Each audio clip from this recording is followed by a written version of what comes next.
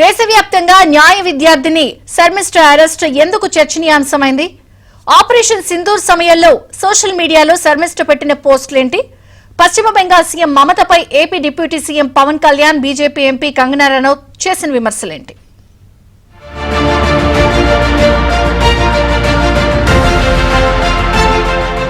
Operation Sindoor సమయంలో ఉగ్రవాదులకు, పాకిస్తాన్కు వ్యతిరేకంగా పోస్టులు పెట్టిన ఇన్ఫ్లుయెన్సర్, న్యాయ విద్యార్థిని శర్మిష్ఠ పనోలీని కోల్కతా పోలీసులు అరెస్ట్ చేశారు. ప్రస్తుతం శర్మిష్ఠ అరెస్టు రాజకీయంగా తీవ్ర దుమారం రేపుతోంది. శర్మిష్ఠ అరెస్టుపై ఏపీ ఉప ముఖ్యమంత్రి పవన్ కళ్యాణ్ తీవ్రంగా స్పందించారు. ఈ సందర్భంగా సనాతన ధర్మాన్ని అపహాస్యం చేస్తూ మాట్లాడే టీఎంసీ ఎంపీలపై ఎందుకు చర్యలు తీసుకోలేదని ప్రశ్నించారు. అంతేకాకుండా I stand with Sharmishtha, equal justice అనే హ్యాష్ ట్యాగ్లతో సోషల్ మీడియాలో పోస్ట్ చేశారు.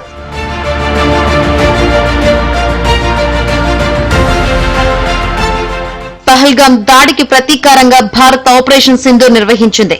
ఈ ఆపరేషన్ పై స్పందించని బాలీవుడ్ నటులను ఉద్దేశిస్తూ శర్మిష్ఠ సామాజిక మాధ్యమాల్లో ఒక వీడియో పోస్ట్ చేసింది.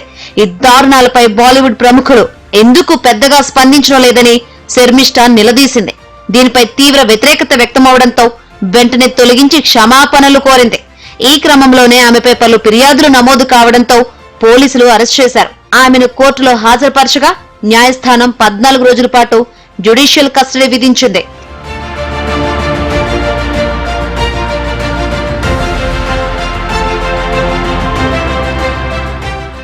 ఈ వ్యవహారంపై ట్విట్టర్ వేదికగా స్పందించిన పవన్ కళ్యాణ్, పశ్చిమ బెంగాల్ సీఎం మమతా బెనర్జీ సనాతన ధర్మంపై మాట్లాడిన వీడియోను పోస్ట్ చేశారు. ఆపరేషన్ సింధూర్ సమయంలో న్యాయ విద్యార్థిని శర్మిష్ఠ ఒక వీడియో పోస్ట్ చేసిందని, తన మాటలు కొంతమందికి బాధ కలిగించేవిగా ఉన్నాయని గ్రహించిన ఆమె దాన్ని తొలగించి క్షమాపణలు కూడా చెప్పిందన్నారు. పశ్చిమ బెంగాల్ పోలీసులు అత్యంత వేగంగా స్పందించి ఆమెపై చర్యలు తీసుకున్నారని పవన్ పేర్కొన్నారు.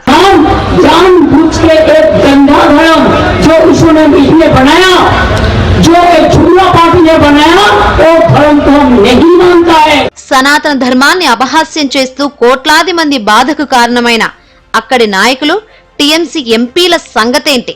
వారి వ్యాఖ్యలకు క్షమాపణలు ఎక్కడ? వారిని ఎందుకు అరెస్టు చేయలేదు? దైవ దూషణను ఎప్పుడూ ఖండించాలి. లౌకికవాదం రెండు వైపులా ఉండాలని పవన్ ప్రస్తావించారు. పశ్చిమ బెంగాల్ పోలీసులు అందరి పట్ల ఒకేలా వ్యవహరించాలన్నారు పవన్ కళ్యాణ్.